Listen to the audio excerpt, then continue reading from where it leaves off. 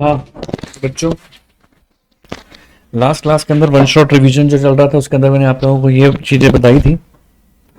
और आज अपन बढ़ते हैं इसके आगे, क्वेश्चन ही डिस्कशन करने हैं अपन को।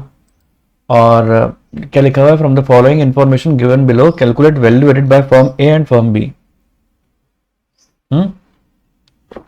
वैल्यू एडेड निकालना है फर्म ए और फर्म बी के द्वारा, gross domestic product at market price और net domestic product at factor cost. ठीक है, तो अब देखो, मैंने लास्ट क्लास में आपको वैल्यू एडेड बाय फर्म ए कराया था। और बताया था वैल्यू एडेड का क्या फॉर्मूला होता है। अगर आपको value added by firm A निकालना है तो sales by firm A plus change in stock of firm A, है ना। तो वैल्यू ऑफ आउटपुट आ जाता है। वैल्यू ऑफ आउटपुट किसका आएगा, फर्म ए का आएगा। तो ऊपर ढूंढो value of sales by firm A कितना है। देख सकते हो आप ऊपर सेल्स बाय फर्म ए लिखा हुआ है। कितना लिखा हुआ है, 500 लिखा हुआ है कि नहीं लिखा हुआ, लिखा हुआ है sir. Change in stock of firm A कितना है, change in stock of firm A 20। तो 500 प्लस 20 किया तो 520 आ गया, दिख गया वैल्यू ऑफ आउटपुट। अब इसमें से अपन क्या लेस करते हैं, इंटरमीडिएट कंजम्पशन बोलो या परचेज ऑफ रॉ मटेरियल बोलो, वो लेस करेंगे तो हमारे पास क्या आ जाएगा, वैल्यू एडिशन आ जाएगा। 320 लेस करेंगे तो देखो 320 परचेज बाय फर्म ए दे रखा है आपको, ये रहा, है ना। लेस कर दिया अपन ने, हमारे पास क्या आ गया, 200 आ गया। कोई दिक्कत नहीं है। तो जीडीपी एट एमपी, इसको अपन क्या बोलते हैं, G V A at MP बोलो या G D P at MP बोलो, दोनों का मतलब एक ही है।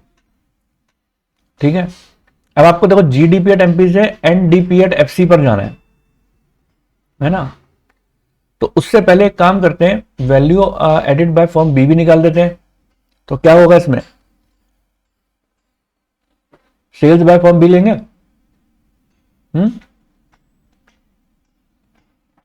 देखो sales by firm B to the government and sales by firm B to the household, दोनों को जोड़ा है अपन ने, इसको भी और इसको भी, दोनों को ही जोड़ते हैं। मैंने फॉर्मूले में भी बताया था आपको,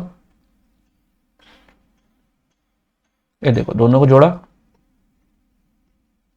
क्या आएगा, डोमेस्टिक सेल्स। आप में से अगर किसी बच्चे का भी ये क्वेश्चन है कि सर ये डोमेस्टिक सेल्स कैसे आया, तो मैं बता दूंगा। हैंड रेस कर दे बच्चा जिसको ये क्वेश्चन मार्क हो कि sir sales by firm B to general government, है ना, और to sales of firm B to household, इन दोनों को जोड़कर डोमेस्टिक सेल्स ही क्यों आया है। आप में से किसी बच्चे का क्वेश्चन तो हैंड रेस कर सकता है, नहीं है। चलो, अब domestic sales plus export sales जोड़ते हैं तो टोटल सेल्स आती है। क्या कुछ क्वेश्चन में एक्सपोर्ट सेल्स दे रखी है अपन को, आओ चेक करें। क्वेश्चन के अंदर हम देखो पूरा क्वेश्चन चेक कर लो, कहीं पे भी एक्सपोर्ट सेल्स नहीं है, नहीं है।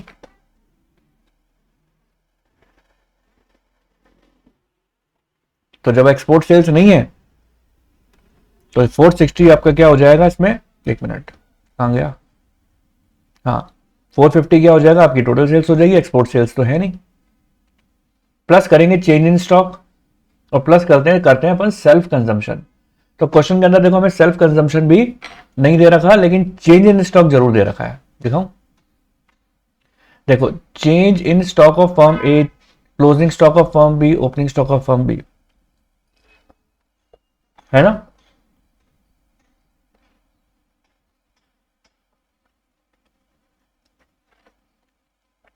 तो देखो 40 माइनस 30 करेंगे, closing stock minus opening stock change के लिए। देखो यहाँ पे closing stock minus opening stock कर दिया, देखो यहाँ पे किया है, दिखाऊं, ये रहा closing stock minus opening stock, ये आ गया। सेल्फ कंजम्पशन जीरो है, ये वैल्यू ऑफ आउटपुट आ गई। अब वैल्यू ऑफ आउटपुट में से इंटरमीडिएट कंजम्पशन माइनस करते हैं अपन। हम्म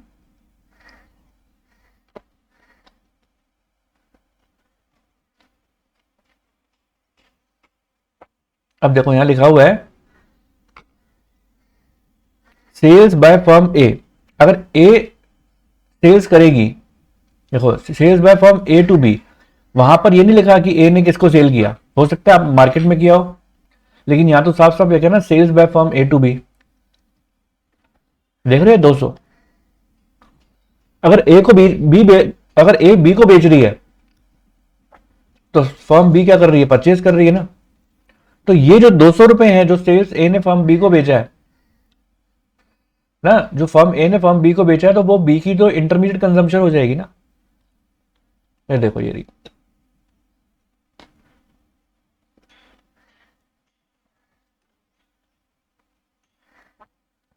और कोई डायरेक्ट परचेज दे रखी है क्या फर्म बी की, मुझे तो दिखाई नहीं दे रही, देख लो आप, और कोई तो है नहीं direct purchases. Purchases by firm A तो डायरेक्ट देकर रखा था, बाकी दे नहीं रखा, बस। तो अब बढ़िया बात है, नहीं दे रखा है तो अब ये हमारा वैल्यू एडिशन आ जाएगा, देखो ये रहा। अब आपको जीडीपी एट एमपी चाहिए, तो जीडीपी एट एमपी हमने ए की निकाल ली थी, यानी वैल्यू एडिशन को जीडीपी एट एमपी बोलते हैं। वैल्यू ऑफ एडिशन अपन ने बी की निकाल ली थी, दोनों मिला के 460 हो गई।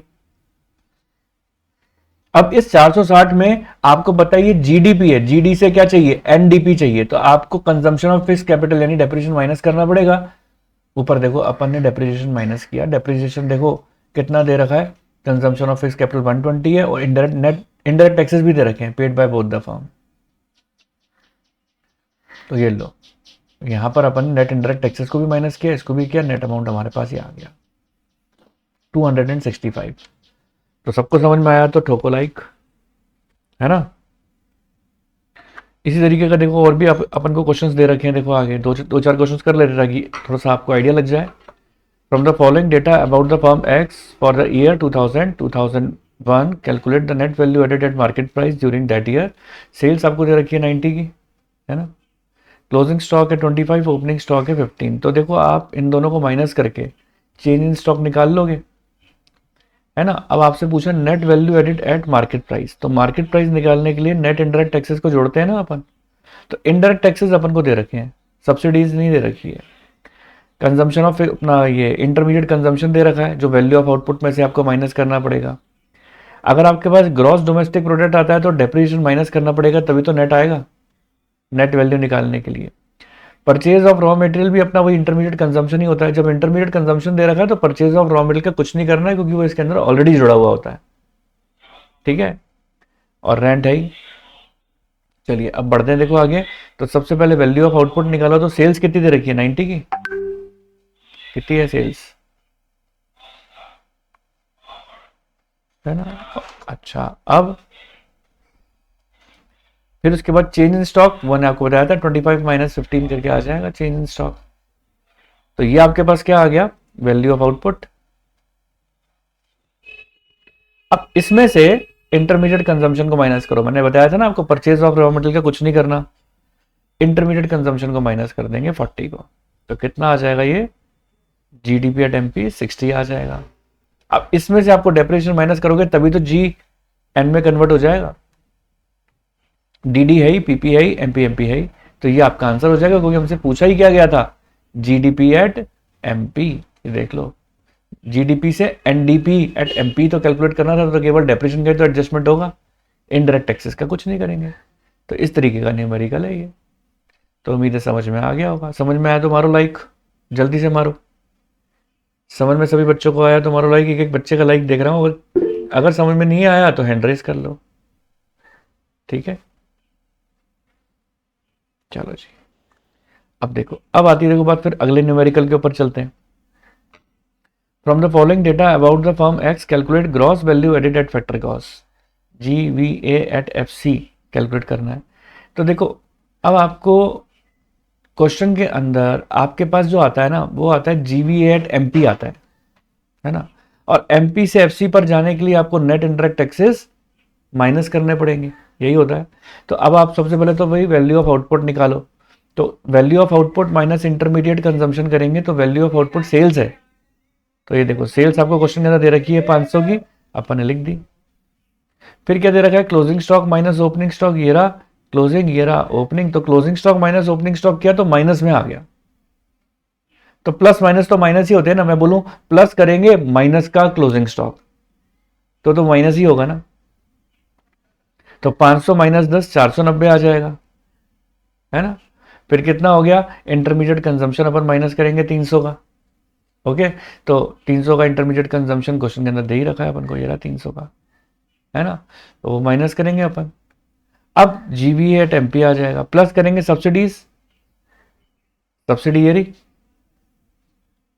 नेट इंडायरेक्ट टैक्सेस होता तो नेट इंडायरेक्ट टैक्सेस मान लेते, वो तो माइनस करते हैं भाई, इंडायरेक्ट टैक्सेस माइनस करते हैं, सब्सिडीज प्लस करते हैं, यही तो नियम है। तो क्वेश्चन के अंदर इंडायरेक्ट टैक्सेस तो दे नहीं रखे, सब्सिडीज दे रखी है, तो सब्सिडीज को प्लस कर दो, ये वाली वैल्यू आ गई, आंसर आ गया ये अपना।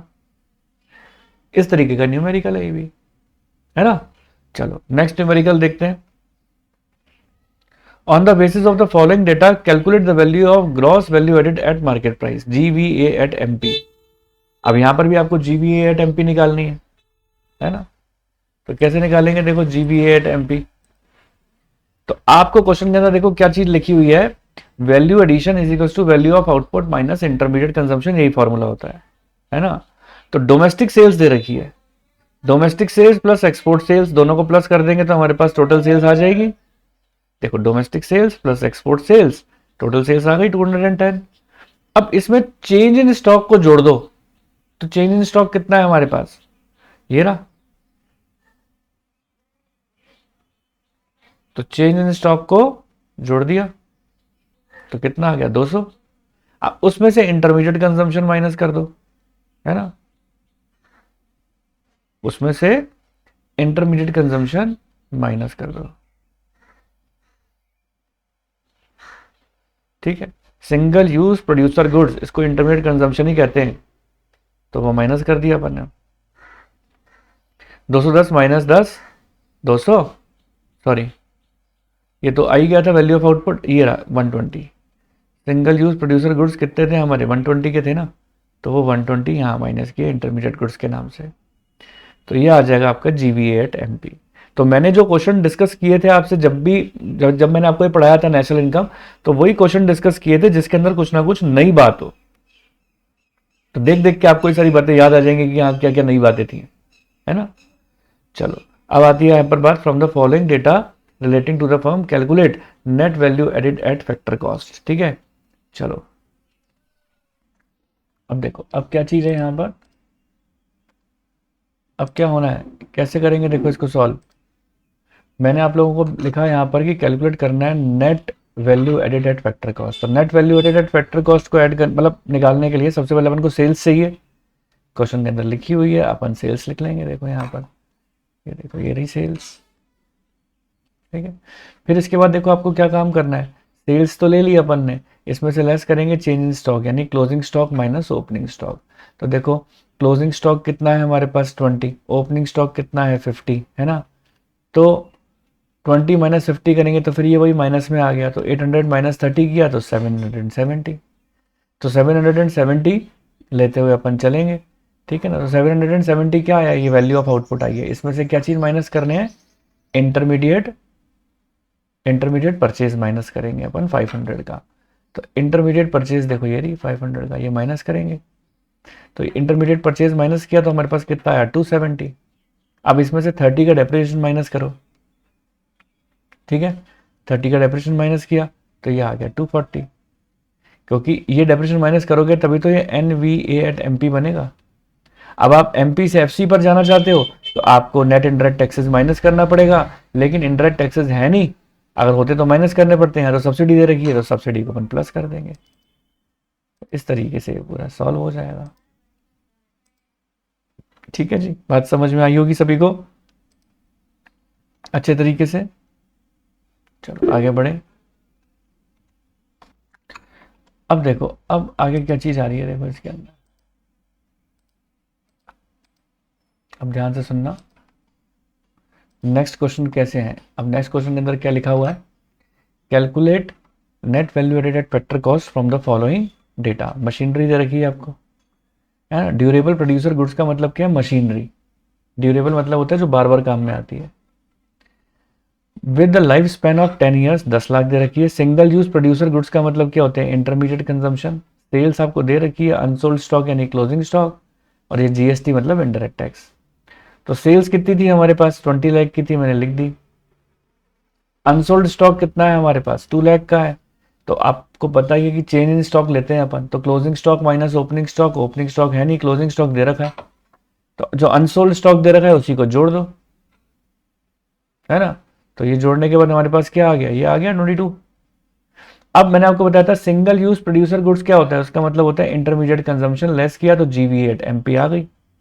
अब डेप्रिसिएशन निकालना है, तो ये फॉर्मूला आप जो बच्चे अकाउंटेंसी के उनको बात पता है, जो कॉमर्स के बच्चे उनको बात पता है, अकाउंट्स पढ़ने वालों को 11th क्लास का ही कंसेप्ट था आपका अकाउंट्स का, और जो नहीं है कॉमर्स वाले वो इस फॉर्मूले को याद कर लें, cost of assets upon estimated life of assets, इससे डेप्रिसिएशन आ जाता है। तो कॉस्ट ऑफ एसेट्स क्वेश्चन में 10 लाख दे रखी है, एस्टिमेटेड लाइफ भी 10 लाख थी, देखो ऊपर ये 10 लाख है और लाइफ भी देखो 10 लाख है, दोनों को डिवाइड कर दिया तो हमारे पास 1 लाख का डेप्रिसिएशन आ गया।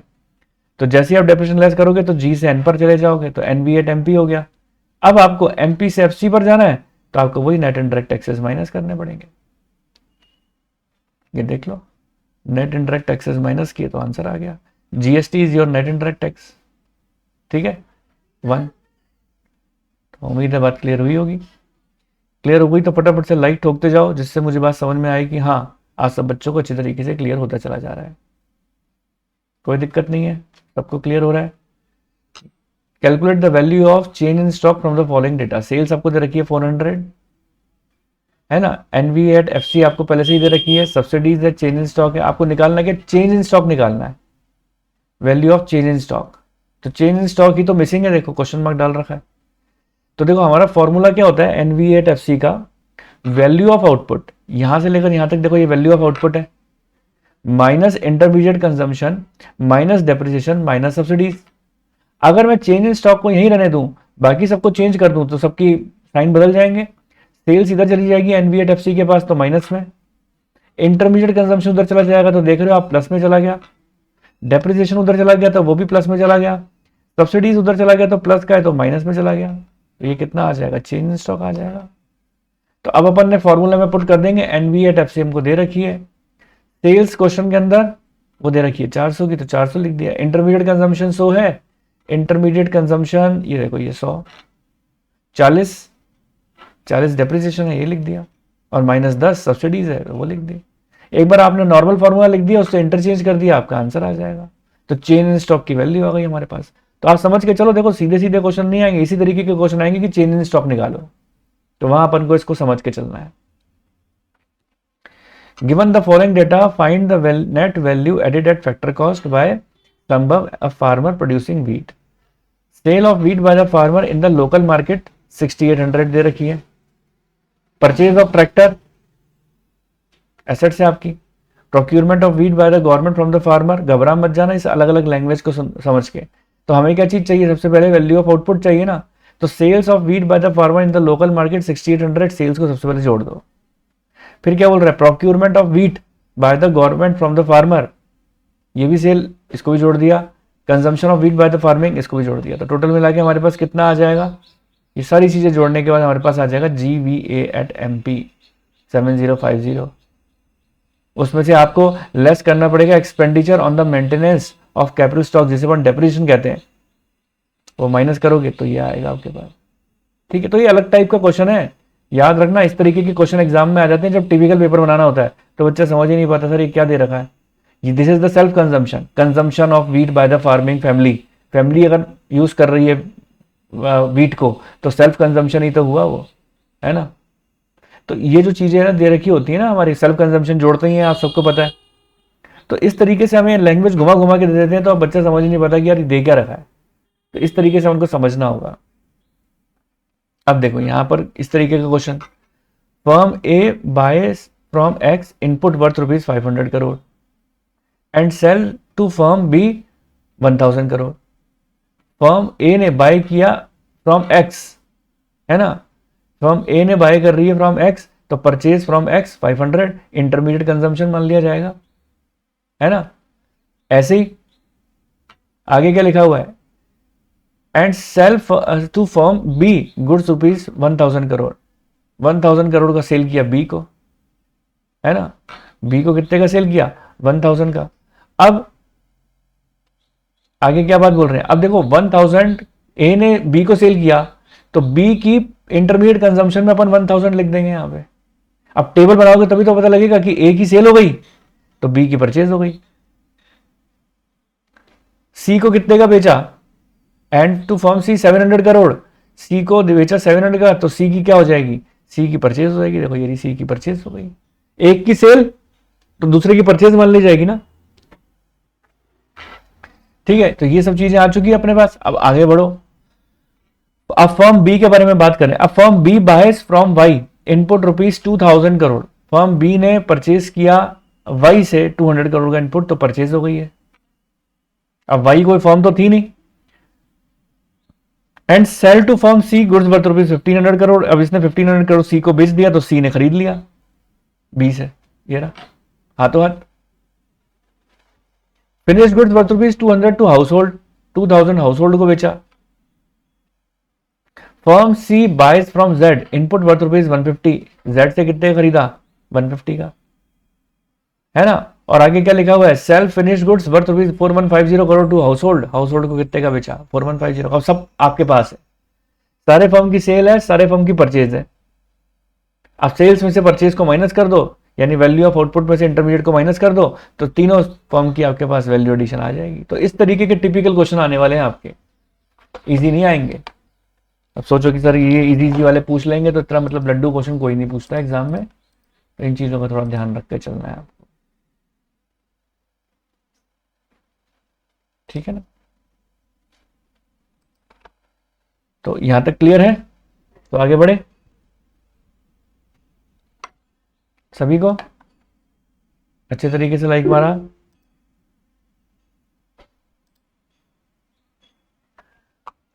ओवरऑल देखो हमने सबका जीवीए जोड़ दिया, जीवीए टेम्पी, तो हमारे पास सबका जीवीए जोड़कर सिग्मा जीवीए टेम्पी आ गया 5300 करोड़। ठीक है, तो अब देखो सेम क्वेश्चन ऐसे ही है, वो टेबल वाला क्वेश्चन ये वाला है। A sell goods of rupees 20 crore to B. अब ए ने बी को सेल आउट किया, ठीक है, ए ने बी को सेल किया। अब बी ने क्या काम किया होगा, बी ने परचेज किया होगा, देखो ये आ गया।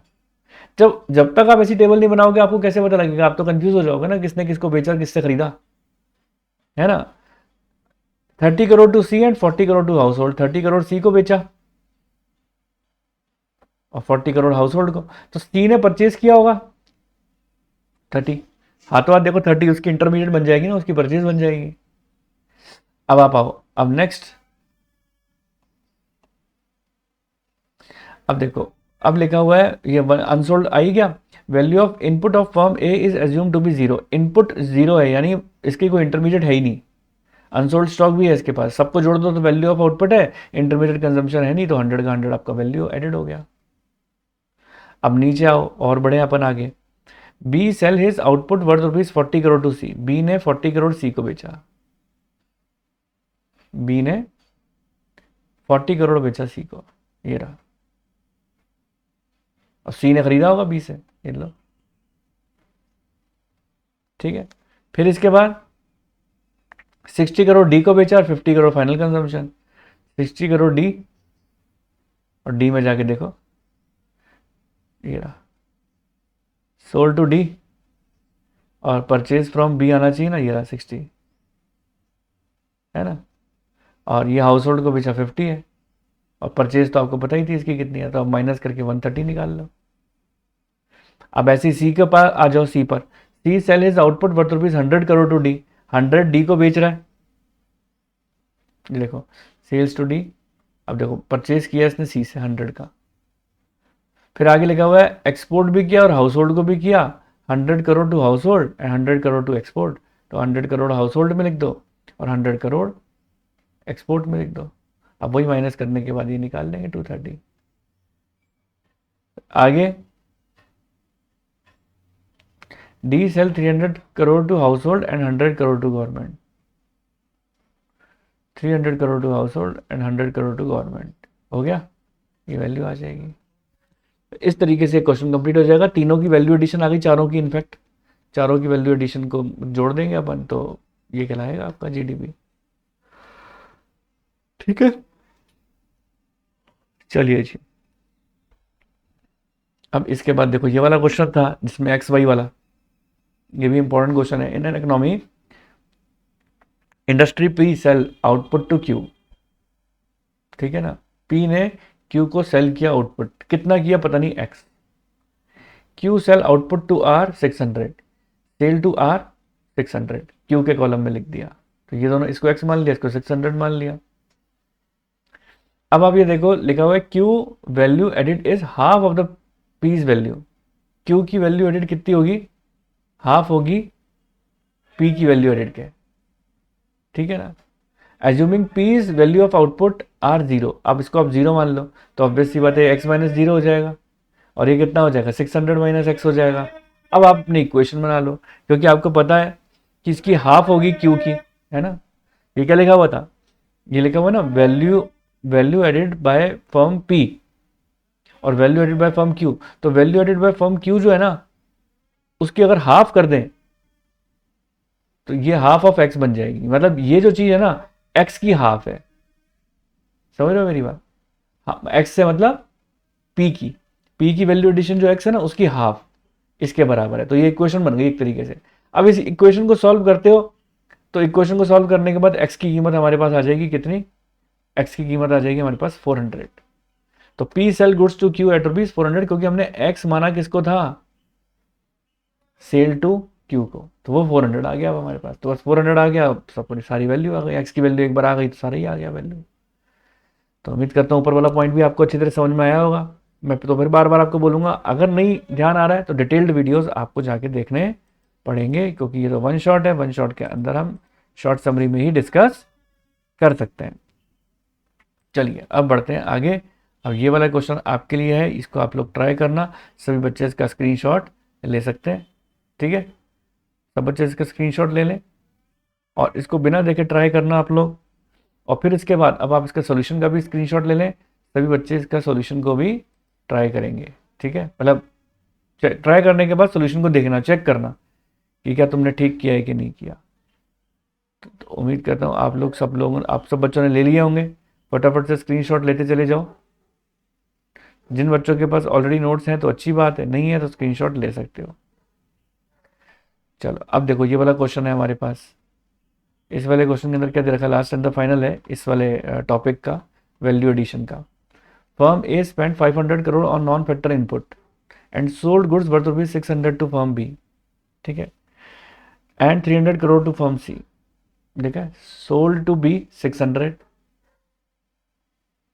Sold worth rupees 600 to B and 300 crore to firm C, C को 300, ठीक है। आगे firm B whose value added is 1000 crore, whose value added is 1000 crore, firm B की ये दे रखी है पहले से ही, ठीक है, and sold half of its output to C, half of its output to C, यानी इसका हाफ,